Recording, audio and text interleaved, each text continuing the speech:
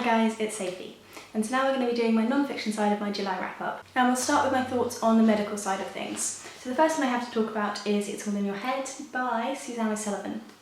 This book focuses on the patient and the doctor's experience of psychosomatic illness. So essentially you have a situation where a patient comes in complaining of a number of symptoms, they go through a physical examination and find no physical reason for the patient to be suffering these symptoms.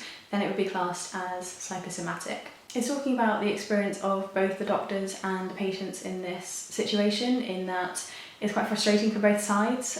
There's no clear understanding and no clear answer for the things that are happening to these people. The author goes through a number of different kinds of things that people can have happen to them as psychosomatic symptoms that are more extreme. So blindness, coma, seizures would be examples, although she sort of speaks a little bit about chronic fatigue syndrome, and that she thinks potentially that might have psychosomatic elements to it, so potentially sort of milder symptoms playing in as well. I think this is a book that probably falls quite nicely for both patients and for clinicians, because it's not overly complex. It's not sort of like a paper. It's really more like an overview, but I imagine for people who are maybe studying medicine or people who are quite new to medicine, it might be interesting just to see what someone's view of psychosomatic illness might be, because I guess if you're going through a diagnosis and nothing really fits, it must be a bit like, oh, well, we don't know, I guess you're fine. And to see it as sort of an offshoot of a psychiatric condition is quite interesting. So if you are, vaguely interested in this one, I think it was a good read, and I think it was something quite different to the other kind of medical non-fiction I've been reading recently, in that it's more psychiatric, but still very easy to read. And then the next one I have is Complications by Atul Gawande. This one I enjoyed very much when I was reading it, and it was one of those things where you sort of get drawn back into it, and I read it actually quite quickly.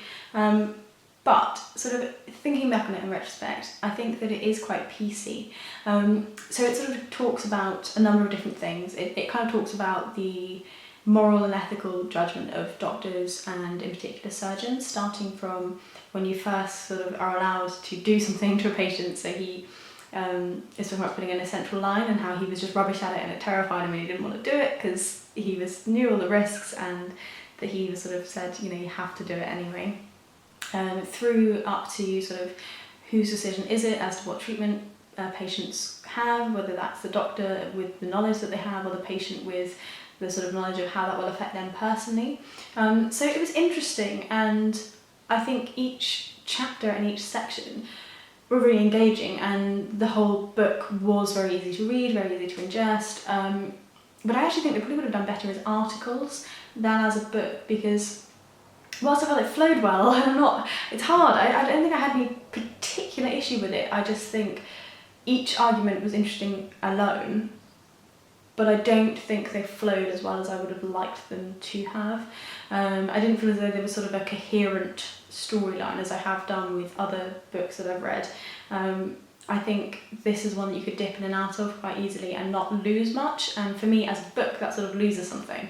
I like to have books as something that do have a very sort of strong line through them, that if you broke off from it you would lose something. So sort of middling feelings. It's very enjoyable, but I think I have some issue with it, and I'm not entirely sure what that issue is yet. And then the last one I have on the medical side is Bad Faith by Paul A. Offit. So this one sort of mixes the medical side with religion, and I actually think this is really well done. It's talking about all of the ways in which religious belief or religious communities can impede someone's health.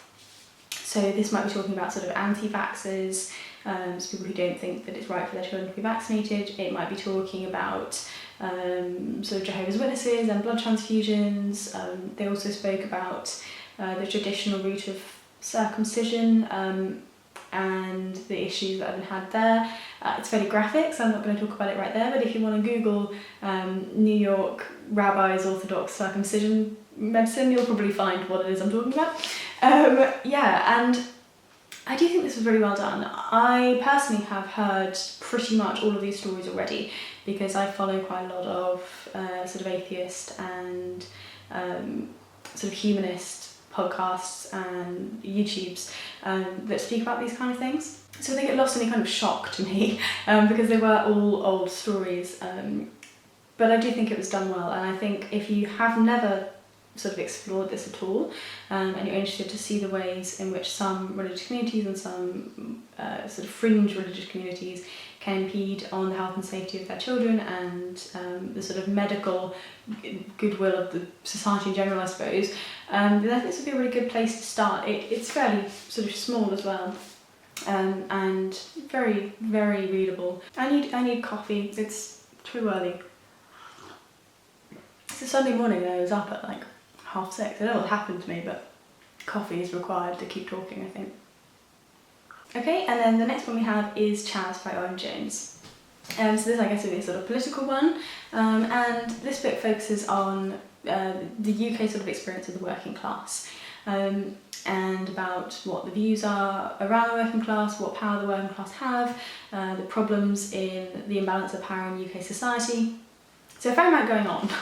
And it's specifically sort of addressing the idea of the chav, which, if you're not from the UK and you've never heard that term, is essentially a term that's used for a sort of group of people that you imagine who are having children very young, who are unemployed, who are using drugs, who are very violent. That's sort of the thought around chavs, and it's aimed at the people who are in the sort of lower working class. And this book is really sort of throwing back a lot of commentary at the myths that we kind of accept, or that some people kind of accept, around the idea of chavs and around the idea of class in the UK. So yeah, class is a very weird thing. If you're not from the UK and you're here and we ramble on about all this, nobody care about it an awful lot. And it's a really big thing for no apparent reason. For lots of people who I've spoken to outside of the UK, they're like, we don't get why you make such a big fuss out of it, but it really is a big part of UK society. So it's a really interesting book, and it's something I'd like to read more on. And whilst it's not sort of top of my priority list of other stuff I'm trying to learn about at the moment, I'm going to keep it there to look into and keep examining the way I'm thinking about things. Okay, and then the last section is my sort of Middle East non-fiction, I suppose. First one I have is Superman is an Arab by Joumana Haddad, and this is a piece of Middle Eastern feminism, which seems to be quite unusual, and I was really interested to pick it up and just see what it was all about. I had some issues with this book, and I still don't really know how I feel. It's been a little while since I read it now, and I don't feel as though my feelings have solidified entirely. I sympathise a lot with the feelings in this book, but I feel as though the anger that is expressed is something that isn't necessary in my life, and I think that's what the issue is. If this was someone who's speaking from a Western perspective, I would say sort of, I feel you, but I think there's an element of demonising going on. But I don't live in the Middle East, I don't live in Lebanon, I don't know what it's like, and I don't know if this anger is actually the most natural and sort of considered way that you could respond to events. So it's quite difficult for me to sort of judge. It's very strong, it's very powerful, it's very fierce, and I'm glad I've read it. I still have issue with some of the ideas and thoughts and the sort of plastering over groups of people, but I don't feel like I can critique it as heavily as I might do if it was from a culture I know well. And then the next one I have is Trials on Death Row in Pakistan by Isabel Buchanan. This book is something completely different, I think. I've not really read anything quite like this. It's focusing specifically on death row in Pakistan, but it is sort of told through the eyes of a Western viewer.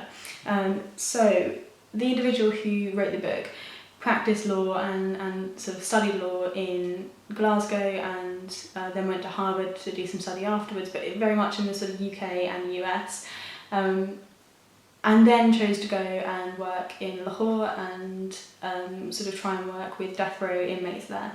I think the thing I found the most fascinating about this was the sort of legal technicality. So it is quite a legalistic book. It's quite heavy in terms of legal knowledge and discussion, which is something I don't really know all that much about. I know about employment law, but not about sort of criminal law. And It's speaking about the way that Pakistan's laws have formed and the impact that British sort of rule had over the area and over the way that the legislation works, and also about the way that sort of Islamic law plays into the laws that were created historically by the British, and how some things have changed, some things haven't changed, and something has changed for the better, some things have been kept the same but sort of twisted, and basically how the odd legal system can be of a real detriment to the individuals within it, which I think is amazing. It's really cool to be sort of reading about something that feels quite different to the sort of systems that I've seen in death rows in America, where I don't necessarily have an issue with all of the law surrounding it, but more that the death penalty is seen as an acceptable option. It seems as though in Pakistani law, the death penalty is a certainty for certain crimes, and that's just completely different and really, really intriguing. I think the book is really well done. I don't think that it's automatically as engaging as some of the other non-fiction I've read recently. It's not so, I don't want to say light, but because they aren't necessarily particularly light books I've been reading recently, but less immediately ingestible, I think. But it's not technical in any way. I think it's just a case of it not being quite so sort of stylised for the non-fiction genre.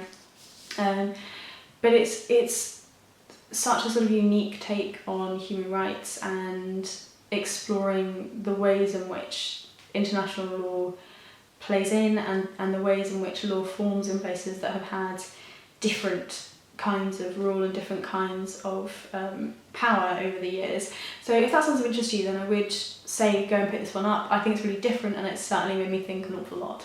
And the very last book I'm hoping to be able to squeeze in before my battery dies, and that is The Morning They Came For Us by Janine Giovanni.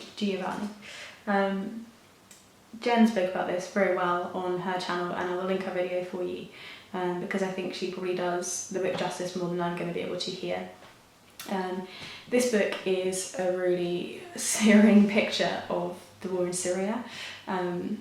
It is done from a very close view, looking at the lives of individuals, looking at the way that particular groups and houses and families and individual people have been affected by this war, and what war means for those individuals. I found parts of this really, really hard to read, and actually didn't sleep very well the night that I was sort of halfway through it. So just thinking about stuff and thinking like, oh my god. And I found that after I finished it, I spent quite a lot of time on Liveleak looking at the footage from both sides of the conflict and the sort of video messages that are put out from both sides, and just seeing that there's no real sort of winner in this conflict. There's no real good side and bad side. It's just atrocities on both sides. And I think this book is brilliant in that it brings all that to life for the reader in a way that is, whilst overpowering at times, not difficult to sort of read. It's hard to read, but the sort of the language and the way that it's explained is very accessible, so I think that's what I'm trying to say. And very relatable. I think you really do feel the pain of these people in these situations, and there was sort of quite a lot of speak about how for a lot of the women the threat of rape, even if not rape itself, was used as a weapon, and that for the rebels who were sort of saying that they wanted freedom from the dictatorship, that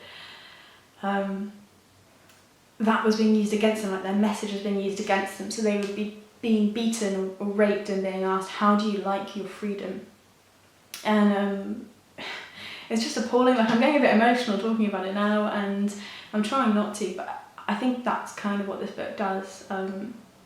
I think this is probably the kind of book that you need to be in the right headspace for, because it is very heavy and it does require quite a lot of attention and quite a lot of sort of emotional availability almost, to be able to really put yourself into the place of those people. And yeah, I really enjoyed this one. I think it's a really, really important book, and I would say that lots of people should go out and read this, and I hope that you will do, and that you can kind of see why it's important to bother looking at things that are hidden from us sometimes, and sometimes things can be hidden from us in the fact that they are exposed so often. So you hear about atrocities on the news to the point where they just become the background to life, and this book sort of brings it out of that background. And yeah, I think it's really valuable and would recommend this to anyone who's feeling like they can give a little bit of time to this at the minute. So that is all the time I have. I have no more battery, and luckily no more books. So hopefully you've enjoyed having a little bit of a look at my non-fiction for the month of July. My non-fiction for next month is going to be a fair bit lighter. I've got a little bit going on with fiction next month, so you might have to hold on if you're a non-fiction lover for sort of September, October time. I'll see you soon. Bye bye. And then we've got a story told by an elephant and by a man who sort of falls in love with this elephant. We have a story of a tiger who falls in love with a zookeeper.